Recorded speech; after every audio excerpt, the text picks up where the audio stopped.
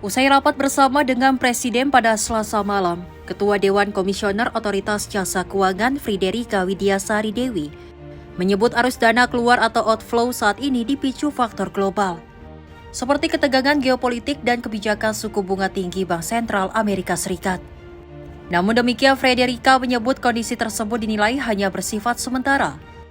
Selama fundamental ekonomi Indonesia terjaga, arus modal asing diyakini akan kembali masuk ke dalam negeri.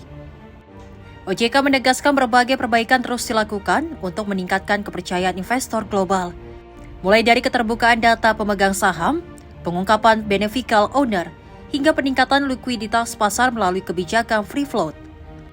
Menurutnya, langkah perbaikan ini memang berdampak jangka pendek seperti penyesuaian indeks dan keluarnya sebagian dana asing. Namun OJK menilai dampak tersebut merupakan temporary pain untuk memperkuat struktur pasar ke depan. Selain itu, pendalaman pasar juga terus didorong, salah satunya dengan peningkatan jumlah investor domestik. Dalam 1 tahun, jumlah investor di pasar modal tersebut meningkat signifikan, sehingga diharapkan mampu menahan gejolak global. Dalam rapat tersebut, Presiden juga menyoroti capital outflow dan mendorong sinergi antar lembaga, termasuk Bank Indonesia dan Kementerian Keuangan, untuk menjaga stabilitas nilai tukar rupiah. Baik, tadi kami menyampaikan dari forum tadi, pada intinya kalau dari kami menyampaikan mungkin concern dari yang tidak disampaikan oleh Pak Menko tadi terkait dengan pasar modal, dapat kami sampaikan kalau teman-teman lihat terjadi outflow ya, karena memang saat ini kondisi dari faktor geopolitik dan geoekonomi secara global, di mana tentu kalau dari the Fed higher for longer, makanya pada outflow. Namun selama kita yakini fundamental kita baik ya, kita harapkan ini akan bisa berbalik.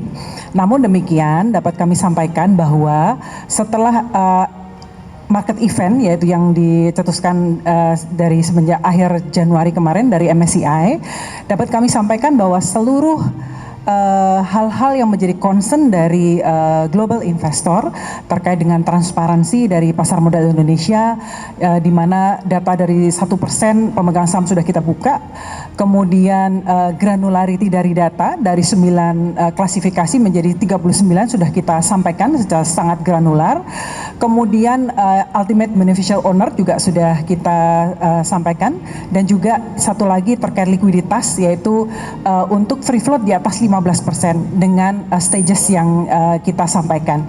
Nah, kemudian kalau kita melihat bagaimana perbaikan-perbaikan ini tentu menimbulkan implikasi ya.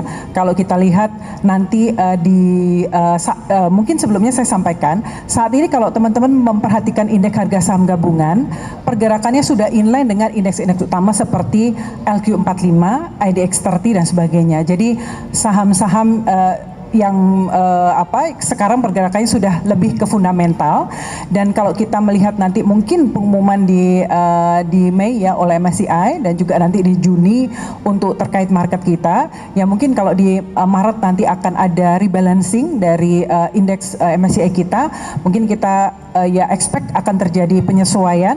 Namun kita sampaikan ini adalah temporary dampak temporary dari perbaikan yang kita lakukan, seperti short term pain gitu ya, tapi harapannya ke depan akan semakin baik secara fundamental, dan kita harapkan ini akan semakin baik karena kita terus memperbaiki, contohnya untuk pendalaman pasar. Teman-teman kalau melihat angka jumlah investor di pasar modal kita dalam 1 tahun tuh naik sekitar 5 juta SID. Jadi kita pendalaman pasar, bagaimana investor domestik kita tingkatkan supaya kalau terjadi gonjangan di luar tetap lebih stabil untuk market kita. OJK menilai kunci pembalikan arus modal dan penguatan nilai tukar terletak pada fundamental ekonomi yang kuat, serta konsistensi reformasi di pasar keuangan nasional. Dari Jakarta, Dio Malau, Simpo TV melaporkan.